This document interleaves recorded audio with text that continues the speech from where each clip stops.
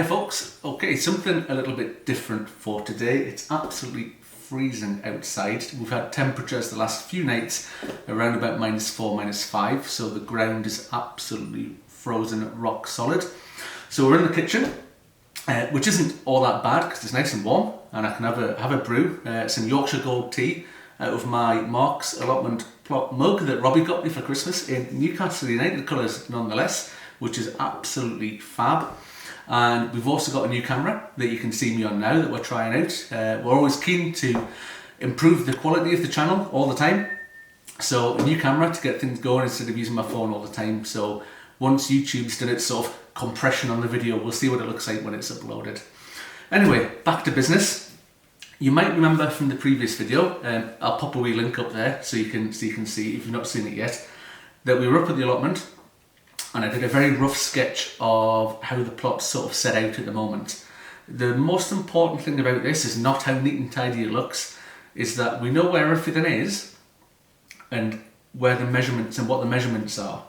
So these have all got the correct measurements on. We painstakingly measured it all. I think I said at the time. It took about 45 minutes to an hour to do it, but a really good exercise to do. And what I've done is we've come back and we've got some of this A3 graph paper. And just like at school, we've got our rough work and this is the neat work, so I've transferred it over. So because we've got graph paper and we've got the different size lines on here, I can draw this to scale, which is why those measurements that we got from measuring the plot up are so important. So in some sort of happy coincidence, this graph paper is 40 boxes long, each one of those boxes being 1 centimetre. And our plot is 20 metres long, so we've got 2 centimetres equals 1 metre, which made it even easier to draw this out. We've drawn the beds, and the only things we sort of coloured in between are the paths, just so it separates everything out and it's a bit easier for us to read. If I remember to do this in the editing, what I'll do is, with these two things, I'll try and pop a picture up so you can see it as opposed to me just showing it to you on the camera here. So like I say, we've drawn the beds out. There's a few permanent structures that I've written on the paper itself there, so the shed, the paved area. The strawberries are always going to stay here and the flowers are always going to stay there. But everything else, the beds, if we do crop rotation, everything else is movable, as well as succession planting. So once something's grown and it's out the ground and done with, we can replace that with something else. So all I've done is used some of these tiny little pink post-its. I've no idea where they came from. I just found them in the house and thought they'd be ideal for this job. And we've labelled up such. This one's peas and beans, beetroots, leeks, onions, carrots, all that sort of different stuff. And the good thing about that is if you want to plant something else in the bed, you can just take the post-it note off, get another one, write it out and stick it on. And what I don't have to do then is draw this whole thing out. This took quite a while to draw out. It was at least an hour again to draw this out neatly like this. But once it's done, I can use the same template with the different stickers on it and it saves us a whole load of bother. Again, that succession planting, got potatoes here. If they're first earlies, second earlies, they're only going to be in the ground for 12 weeks maybe. Once they're done, take the sticker off. What we're going to put in there instead, we don't want that bed sort of staying empty throughout the sort of rest of the growing season. Get some seedlings on the go, get them planted in there. It's one thing, I guess, with the first year of the plot. We're just going to the second year of us having it now.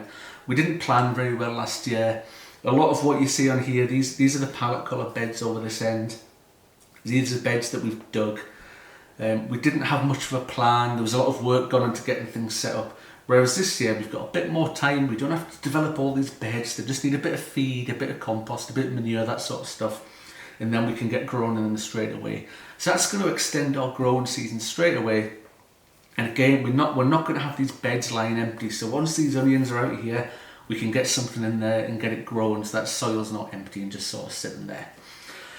Anyway, that's the first part of that done. There is another job that I need to do that goes alongside it. But what I'm going to do is I'm just going to swap you over to the handheld device. And I'm going to pop down to the shed and we'll see what else we need to do with that. Back with you in just a jiffy there, folks. Right, so here we go. We're on the move this time. So I'm just going to switch the camera around so it points the camera out the front and we'll head down the garden to the shed and I'll show you the next bit that we're going to sort out to help with this plotting and planning for 2021. Right, here we go. You'll have to excuse some of the mess through here. We'll pop through here. Oh, you can see some leeks and onions just starting to germinate there in the nice warm utility room on the way past. Spin around, here we go. Apologies if you're going to get a big blast of sun when we come around this corner here. You can still see all the snow we've got. There we go, that might make the camera look a bit funny with the light that we've got coming across here. But we'll just head down here and around the corner at the bottom of the garden here. And we're going to the shed. Right, let's just pop this. Open that. That is normally locked, by the way. I did come down and open it just before for you there. It's a bit dark in here. I'll just pop the light on. Right, let's see if I can find what I'm looking for in here. You'll have to ignore all the junk. We have just moved house, so things are a bit messy in here. So in this white bag, sorry for the noise, it's going to get a bit crinkly. Move hammers out the way. And if I pull this white bag out here we go. Let's have a look what's in the bag. This is in the bag.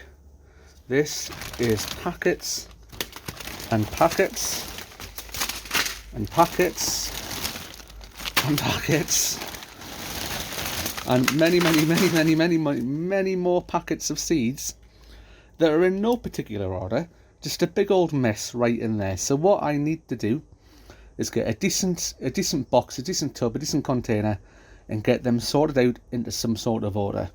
What I'm probably going to do is have a look at the plan that I made back there and decide what's going to get grown when, what's going to get sown first, second, third, that sort of stuff, and we'll try and sort them out into some sort of date order. So when I come to find them, then I actually know where they are. But there is loads and loads and loads of seeds in there. Right, we're just going to head back out the shed here.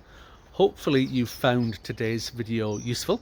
It's a really important exercise to do, is to do a bit of plotting and planning for 2021. It'll make the year so much easier for sorting stuff out, and you'll always have something ready to go, some little seedlings ready to go and be planted out onto your whatever size plot or veggie patch or anything that you have. Anyway, if you like what we're up to and enjoy seeing these videos, if you wouldn't mind subscribing to the channel, that would be great. And if you like this video as well, give it a wee thumbs up, that would be fab as well. I'm off now to sort out my seeds into some sort of order, because as you can see, it's a big old mess. Okie dokie, we'll be back with you again soon. I hope you enjoyed this. See you again. Bye bye, folks.